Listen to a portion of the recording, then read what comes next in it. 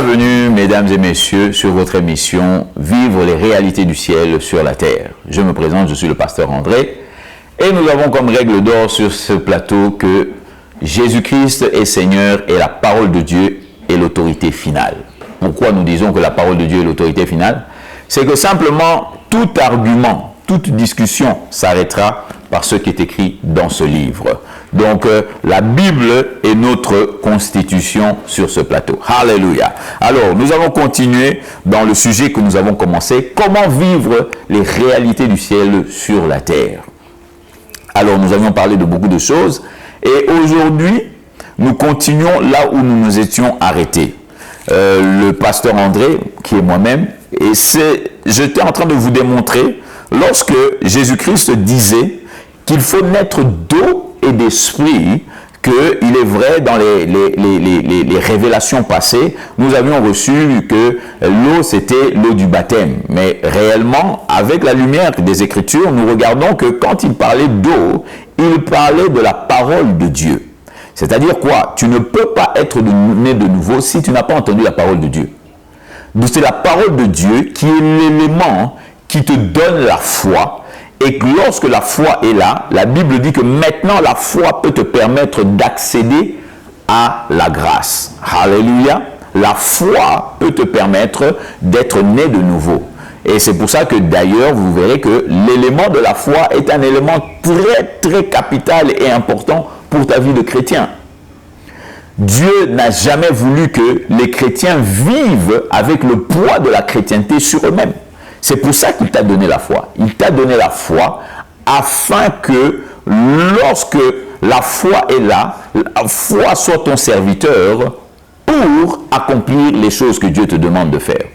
Et nous allons parler de ça dans les semaines qui suivent. Mais aujourd'hui, nous voulons beaucoup plus nous affermir sur cette réalité que Nicodème demande à Jésus.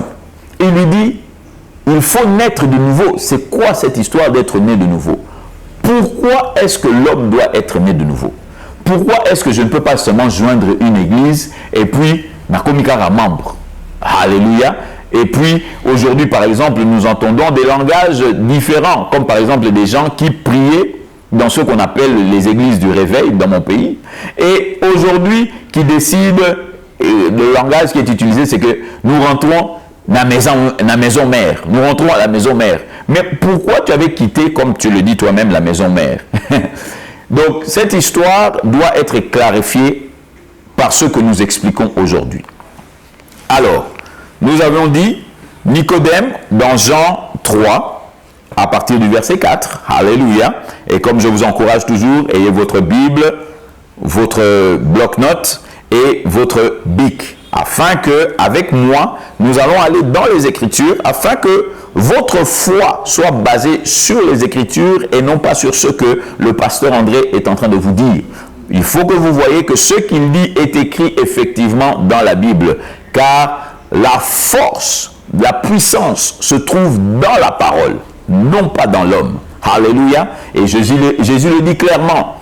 Il dit, si vous demeurez en moi et que mes paroles demeurent en vous, tout ce que vous demanderez, Jean 15 au verset 7, tout ce que vous demanderez sera fait. Alléluia. Donc c'est la parole au-dedans de vous qui va créer ces choses-là. Amen. Glory to God. Alors, maintenant, écoutez bien ce que la Bible dit ici. Nous prenons Jean 3 au verset 5, il dit encore, Jésus, en vérité, je te dis, si quelqu'un est né d'eau et d'esprit, il ne peut entrer dans le royaume de Dieu. Il ne peut entrer dans le royaume de Dieu. Et puis après il dit, ce qui est né de la chair est chair, et ce qui est né de l'esprit est esprit. Ce qui est né de la chair est chair, et ce qui est né de l'esprit est esprit. Alléluia. Maintenant, là nous voyons maintenant que Jésus-Christ est en train de parler de la naissance d'en haut et de la naissance de l'esprit. Parce que là, il fait une différence. Il dit, ce qui est né de la chair est chair, et ce qui est né de l'esprit est esprit. C'est-à-dire que tu es né d'abord d'une femme, d'une maman, et puis après maintenant, tu dois encore être né de l'esprit. Alléluia. C'est-à-dire quand tu nais de ta maman, ton esprit n'est pas encore né. Alléluia. Ce sont des choses qui sont un peu compliquées, elles sont un peu complexes, mais allons calmement et je vais vous faire comprendre ce que Christ est en train de nous dire ici dans ce passage. Alors, il dit ceci.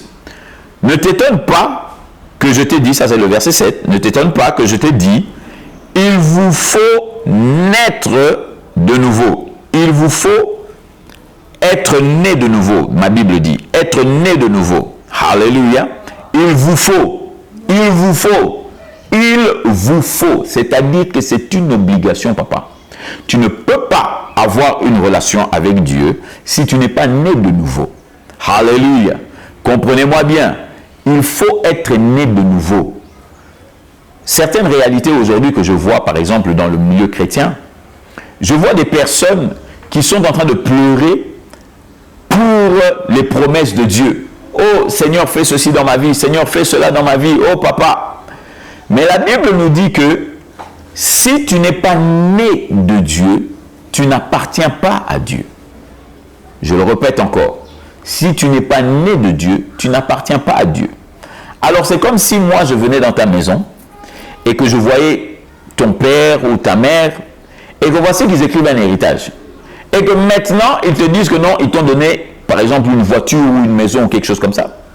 Et moi je viens et je dis non, je veux aussi que tu me donnes une maison. Je veux que tu me donnes une maison. Mais ton père va me regarder et va dire mais papa, tu n'es pas mon enfant. Tu n'es pas mon enfant. Je ne peux pas te léguer. L'héritage, premièrement, c'est pour les enfants. Alléluia. Et la Bible dit que Jésus-Christ, lorsqu'il est venu pour nous donner cette vie, Zoé, qui fait que tu deviens enfant de Dieu. Et quand tu es enfant de Dieu, la Bible dit maintenant, tu as droit à l'héritage de Dieu. Ce qui fait que tu ne peux pas prier les promesses de Dieu si tu n'es pas encore né de nouveau. Je sens qu'il y a quelqu'un qui n'apprécie pas ça. Laisse-moi le répéter encore. Tu ne peux pas demander l'héritage de Dieu si tu n'es pas né de Dieu. Un enfant dans la rue ne va pas venir réclamer l'héritage de ton papa. Il va réclamer ça en tant que qui? En tant que quoi? Donc ce qui fait que la Bible nous dit c'est à partir du moment où tu l'as reçu que tu deviens son enfant. Et quand tu deviens son enfant, maintenant, la Bible dit dans le livre des Romains que tu es héritier avec Jésus-Christ. Et quand tu es héritier avec Jésus-Christ, tu es co-héritier. C'est-à-dire que, en tant que co-héritier, si Jésus-Christ a 100%, toi aussi tu as 100%. Tout ce que Jésus-Christ a, toi aussi tu as ça. Alors vous voyez que la nouvelle naissance est très importante. Elle est très importante. Relisons encore. Il dit, ce qui est né de la chair est chair. Et ce qui est né de l'esprit est esprit.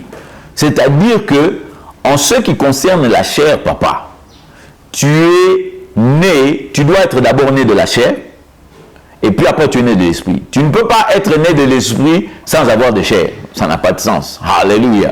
Tu ne peux pas. C'est pour ça que le diable ne peut pas être né de nouveau. Alléluia. Thank you. Merci Jésus. Le diable ne peut pas naître de nouveau. Pourquoi il ne peut pas naître de nouveau? Parce que le diable n'est pas né dans la chair. C'est pour ça que si vous lisez, par exemple, dans Jean 10, Jésus parle du diable comme étant le voleur. Il dit, moi, je suis rentré par la grande porte. Allons voir encore dans Jean 10. Alléluia. Il dit, Jean 10, le verset 1, il dit, en vérité, je vous le dis, celui qui n'entre pas par la porte dans la bergerie des brebis, mais qui y monte par ailleurs, celui-là est un voleur et un larron. Ça, c'est ma Bible qui dit ça. C'est ma Bible, comme je vous l'ai toujours dit, la Bible d'Arby que je suis en train de lire. Ils ont traduit un larron. Je ne sais même pas c'est quoi larron. Alléluia. Mais écoutez celui-là. Il dit, mais celui qui entre par la porte est le berger des brebis. Maintenant, pendant des années, je me suis posé la question, mais Jésus-Christ est en train de parler de quoi? C'est quelle porte dont il est en train de parler? Cette porte-là, c'est la porte de la chair. Pour que Jésus-Christ soit votre véritable libérateur, il a fallu que Jésus-Christ d'abord ait la chair. Jésus-Christ ne pouvait pas venir naître seulement dans l'esprit Kakaboué. Ce qui te rend, comme on dit, ce qui te rend légal sur cette terre, c'est parce que tu as un corps. C'est parce que tu as un corps. Donc rien que le corps te rend légal sur cette terre. Tu as le droit de faire certaines choses. Cette vérité que Dieu avait donnée à Adam en lui disant que va et domine sur la terre. Quand tu as un corps, vous savez le corps c'est quoi? Le corps c'est comme le vêtement que vous mettez pour aller sur l'espace. Pour aller en espace, il faut avoir une combinaison. Sans cette combinaison-là, tu ne peux pas vivre dans l'espace ou bien sur la Lune. Mais la même chose sur la terre. Si tu n'as pas de corps, tu ne peux pas vivre sur la terre. C'est pour ça que tout esprit, écoutez-moi bien, tout esprit qui est sur cette terre et qui n'a pas de corps, il est illégal.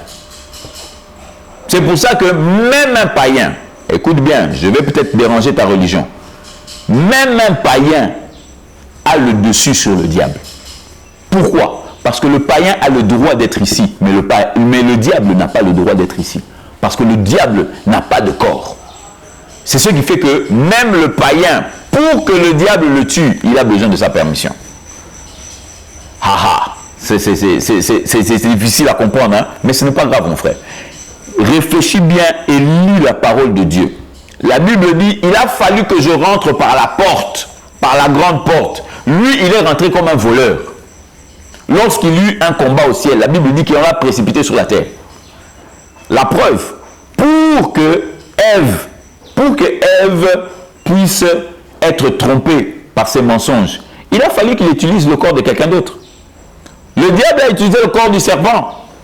C'est parce que le serpent a été assez bête pour accepter que le diable l'utilise, qu'il s'est retrouvé, Dieu lui a dit, papa, comme tu as permis au diable de t'utiliser, tu n'auras plus de pieds. Ça peut peut-être vous étonner, mais le serpent avait des pattes. Sinon, pourquoi Dieu lui dirait, à partir d'aujourd'hui, tu vas te promener sur ton ventre? C'est-à-dire qu'avant, il avait des pattes. Donc, le serpent est devenu ce qu'il est parce qu'il a été moins intelligent pour laisser le diable l'utiliser. Le serpent, ce n'est pas le diable. Ce qui fait que si tu vois un serpent dehors, il ne faut pas avoir peur. Oh, j'ai vu le diable, c'est un serpent. Non, le serpent, c'est simplement un animal que que le diable plutôt a utilisé. Il a utilisé son corps. Et aujourd'hui, on l'appelle le vieux serpent, le serpent ancien, tout ça. Mais le diable n'est pas un serpent. D'ailleurs, la Bible nous dit dans le Corinthiens 11, la Bible nous dit que le diable se déguise en ange de lumière. Le diable, c'était un ange, mais c'est un ange déchu aujourd'hui. Il a été chassé du ciel. Donc, ce qui fait que vous ne devez même pas avoir peur du diable. Et ce qui est formidable, c'est que la plupart des païens, quand tu leur parles du diable, ils ne sont pas impressionnés. Mais les enfants de Dieu, les chrétiens, quand tu parles seulement du diable, tu vas voir comment la couleur de son visage va changer. Ils rentrent dans une panique totale. Pourtant, ceux qui ont la supériorité sur le diable plus que les païens, ce sont les enfants de Dieu. Ce sont les enfants de Dieu. Ce n'est que parmi les enfants de Dieu qu'on entend trop parler du diable. Pourtant, le diable n'est même pas à votre niveau. Est-ce que vous savez ça? Le diable n'est pas à votre niveau. Puisque la Bible dit que le diable a été créé, quand il était Lucifer, il a été créé dans la classe des anges. Mais la Bible dit, si tu regardes dans le psaume 8, la Bible dit que toi tu es supérieur aux anges. Toi tu es supérieur aux anges. Alors comment ça se fait que tu as peur d'un ange aujourd'hui? Mon frère, ma soeur, ma Bible déclare, mon peuple meurt, Osée 4:6, mon peuple meurt faute de connaissance. Aujourd'hui, la panique est rentrée dans la vie de beaucoup de gens. Il y a des familles qui ont chassé leurs enfants. Ils ont mis leurs enfants à la porte, soi-disant que l'enfant est dans la sorcellerie. Il y a des gens aujourd'hui qui ne t'acceptent plus. Je suis sûr que même toi, tu as des membres de la famille que tu ne permets plus de rentrer dans ta maison. Pourquoi? Parce qu'on t'a dit que ces gens-là sont dans la sorcellerie. Tu as peur des sorciers? Mais c'est qui doit délivrer les sorciers, si ce n'est pas toi? Alléluia! Quelle chose formidable que la puissance de Dieu au-dedans de nous. Alors, l'heure est encore avancée. Et je ne peux me permettre de terminer cette émission sans t'offrir ce grand cadeau qui est celui du salut. Je voudrais simplement te rappeler, mon frère, ma soeur, avec les paroles de Romains 10, au verset 9. La Bible dit, si tu confesses de ta bouche que Jésus-Christ est Seigneur, et que tu crois dans ton cœur que Dieu l'a ressuscité d'entre les morts, tu seras sauvé. Et voilà le cadeau que je voudrais t'offrir, mon frère, ma soeur. Je voudrais simplement que là où tu es, peu importe ce qui Si tu es dans la cuisine, tu es dans le salon, tu es dans ta chambre au coucher, peu importe la position que tu as. Je veux simplement que tu te concentres.